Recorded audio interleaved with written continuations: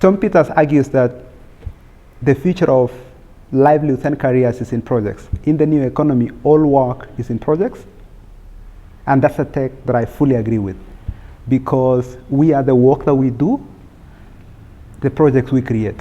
And so in today's knowledge series, we discuss creating bankable projects. At the heart of creating bankable projects is the customer. The products that we can create that can speak to the needs of customers. Those products must meet a certain specific need of those customers. Nothing takes away the role of creating products that can speak to the needs of customers, that can meet the needs of customers, or more simply, building things that people want. The second thing to creating bankable projects is the team. From experience, investors really care about return on investment, but they also care about return of investment. But the only way to really do that is to have a team that has a track record, a team that can reduce that risk, a team that can prove that they've done it before. And that's the reason in Silicon Valley, subsequent serial entrepreneurs end up raising a lot more money because investors take the view that their money will come back and they will never look back. Number 3 way to create money is equity, skin in the game. So when you go to create projects, people really want you to have something that you can lose. No one guarantees you success when you go out there to create a business or create projects. But there is something that is almost old age and proven already, which is that the more skin people have in the game, the more equity people have in the game, the more contribution that you've made as a creator of your project.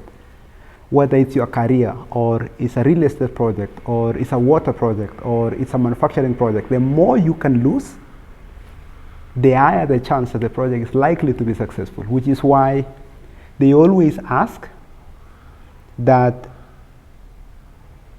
technicians that maintain an airplane, for instance, fly their planes once a month because they have something else that they can lose. And so that's number 3. Number 4 is the numbers. The numbers have to make sense for sure. The cash on cash return. Cash on cash return is the proportion between cash invested. Proportion between cash on cash return is the proportion between cash generated from the project vis-a-vis the cash invested. And so that cash on cash return is what is typically called the equity dividend. And so people will be comparing that with T-bill rate or treasury bond rate. And when they are ranking projects, they will say vis-a-vis the risk that we take, what is our cash on cash return on this project? Break-even ratio. At what point does the project actually begin to break even? Internal rate of return. What is that return on equity that this project is likely to generate? So of course the numbers have to make sense. Debt service coverage ratio, which is the proportion between free cash flow that is available from the project to the debt service. How much are we paying over and above? How much are we getting over and above what we're paying the lenders? Assuming the project makes sense, you're on the path to creating a bankable project. And maybe finally, the 5th way you can look at how to create bankable projects is exit. In many cases, projects are time bound. They are time bound in the creation of the project, but they are also time bound in operation and exiting. So investors will want to know, if they come in today, how can they exit? And so in a startup environment, when you build a startup, it's almost like a project. It might be a 10-year project, or it might be a lifelong project. But in either case, people will want to know, if I put my money today, how can I get it out? And they might get the money out because in the next valuation, they already gained value. They can sell their equity if the company is listed.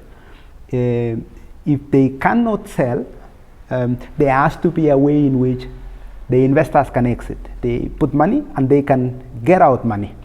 If they cannot get out money, they have to get out at a higher value. They have to get out property at a higher value. They have to get a title so that that title is transferable to someone else.